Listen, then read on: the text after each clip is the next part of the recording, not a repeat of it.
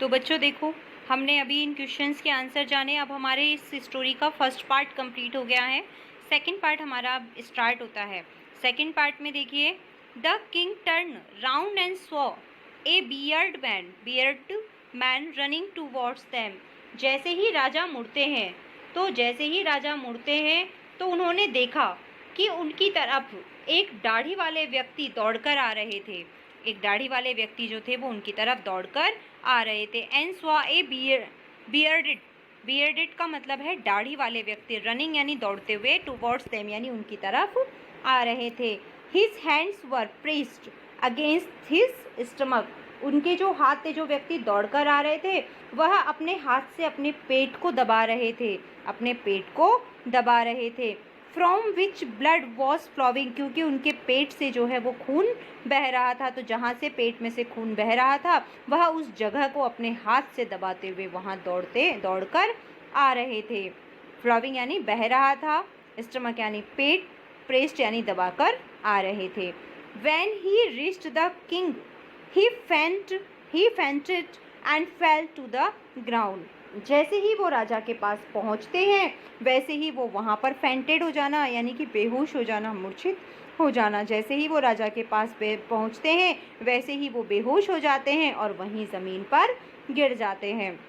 जिन व्यक्ति को चोट लगी हुई थी, वो दाढ़ी वाले व्यक्ति जो थे, वह जैसे ही राजा मुड़ते हैं तो देखते हैं कि एक दाढ़ी वाला व्यक्ति जो है वो उनकी तरफ दौड़कर आ रहा है। उसने अपने हाथ से अपने पेट को दबाया हुआ था क्योंकि उसके पेट से खून बह रहा था। जैसे ही वह व्यक्ति राजा के पास पहुंचता है, वह जो है वो बेहोश हो जाता है और वहीं ज़मीन पर गिर जाता है। The king and the hermit, तभी राजा और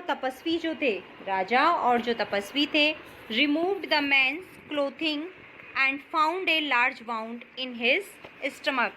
जैसे ही वह बेहोश हो जाते हैं तो राजा और जो वहाँ पर हर्मिट थे, वो दोनों के दोनों ही क्या करते हैं, वह उस व्यक्ति के शरीर पर जो कपड़े थे, जो पेट पर जो कपड़े थे, उन कपड़ों को हटाते हैं और उसके बाद देखते हैं कि उनके पेट पर एक बहुत बड़ा घाव लगा हुआ था। उस घाव को वो साफ करने लगते हैं। उन्होंने देखा कि उनके पेट पर बहुत बड़ा घाव लगा हुआ है। The king washed and covered it with his handkerchief, कि देखिए यहाँ लिखा हुआ है, राजा उस व्यक्ति के घावों को साफ करते हैं और उस पर पट्टी बांधते हैं विथ हिज हैंडकरचिफ। तो देखिए यहाँ कहा गया है कि राजा ने और तपस्वी ने जब उन कपड़ों को हटाया तो पेट में एक बहुत बड़ा जख्म पाया। तो राजा ने उस घाव को साफ किया और फिर उस घाव को अपने रुमाल से ढक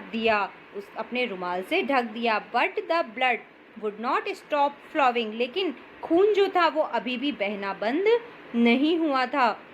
the king redressed the wound until at last the bleeding stopped, कि देखिए खून अभी भी बंद नहीं हुआ था। तो राजा ने घाव की तब तक बार बार मरहम पट्टी की जब तक कि खून का बहना बंद नहीं हो गया। खून बहता, राजा उसे साफ करके दूसरे कपड़ा लगाते। जैसे ही वो कपड़ा लगाते, थोड़ी ही देर में वो कपड़ा पूरी तरह से खून से भर जाता था। तो ऐसी इस कंडीशन में राजा को बार बार उनकी मरहम पट्टी करनी पड़ी और तब तक करनी पड़ी जब तक कि उनके उस व्यक्ति का जो घाव था उसमें से खून बहना बंद नहीं हो गया था। तो तब तक उन्होंने इस काम को किया। तो बच्चों आज अभी हम इतना ही पढ़ेंगे। इससे आगे का जो भाग है वो हम नेक्स्ट टाइम पढ़ेंगे, नेक्स्ट वीडियो में पढ़ेंगे।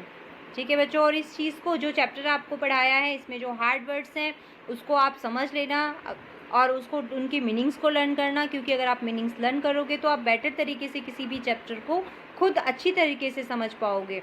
और इसमें जो कंपैरिजन में क्वेश्चंस आपको दिए गए हैं उसको सही प्रकार से देख लेना। वो क्वेश्चंस बीच में से जो हैं वह उनको देख लेना। उससे आपको क्या, जो आपने पढ़ा है ना, वो अच्छी तरीके से याद रह जाएगा। तो इसे रिवाइज कर लेना आप लोग।